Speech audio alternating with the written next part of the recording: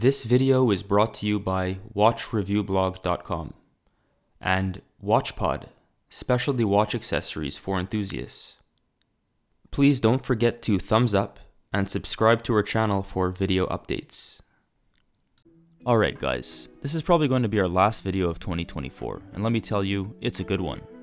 Today we have here the Rolex GMT-Master II reference 126710BLRO, aka the Pepsi.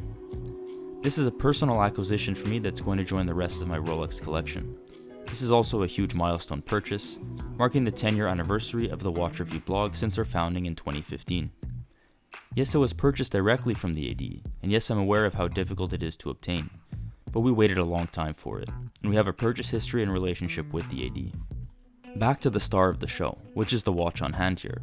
My first striking impressions of the watch focus directly on the bezel. The colors work so much better together in person than seen in many photos online. Many images of the Pepsi can have the bezel looking washed out or too bright. This is not the case in reality, with the colors looking much more rich and subdued.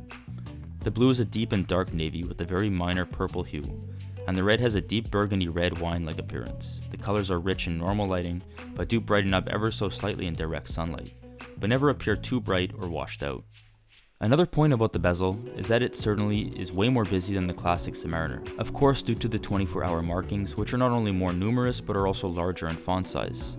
While the GMT Master II shares many characteristics of the Submariner, at the same time it also looks entirely different when zooming into the details like this.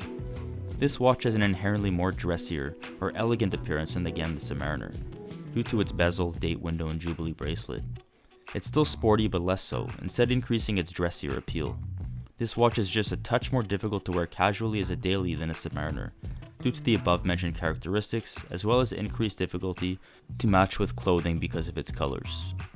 The watch shines and is absolute perfection in a smart casual setting. It has that very elegant high-end appeal but throws in a touch of sport due to its blocky super case and pronounced crown. It looks right at home while wearing some chinos or nice jeans with a sports coat, as it slips out from under the cuff from here and there. The fit on wrist was an interesting one for me. Coming from someone who wears the Submariner 1140-60 very often, I was expecting a smaller or slimmer fitting watch, but I do find the contrary. The GMT Master II has a flatter case back in comparison to the heftier bubble back on the sub. But, and it's a big but, the actual metal thickness of the lugs and case seems thicker on the GMT, and it feels larger on wrist for me. Two other contributing factors could be at work here as well. For one, the colorful bezel could create an illusion of a larger watch, and the Jubilee bracelet does not have the glide lock, like on the sub, that really allows me to get a perfect custom fit on wrist. The fit and finish of the watch is to be expected from Rolex. It's outstanding. The polishing and brushing is done to perfection and exceeds nearly all competition within the mass-produced sports watch world.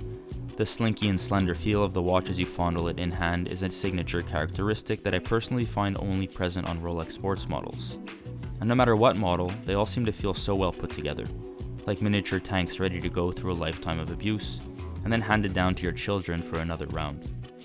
Most of you probably already know this watch is equipped with the caliber 3285, Rolex's iconic in-house GMT and date function movement, with the parachrom hairspring chronergy escapement to balance efficiency and reliability, as well as a substantial 72 hours of power reserve perfect for extended traveling abroad.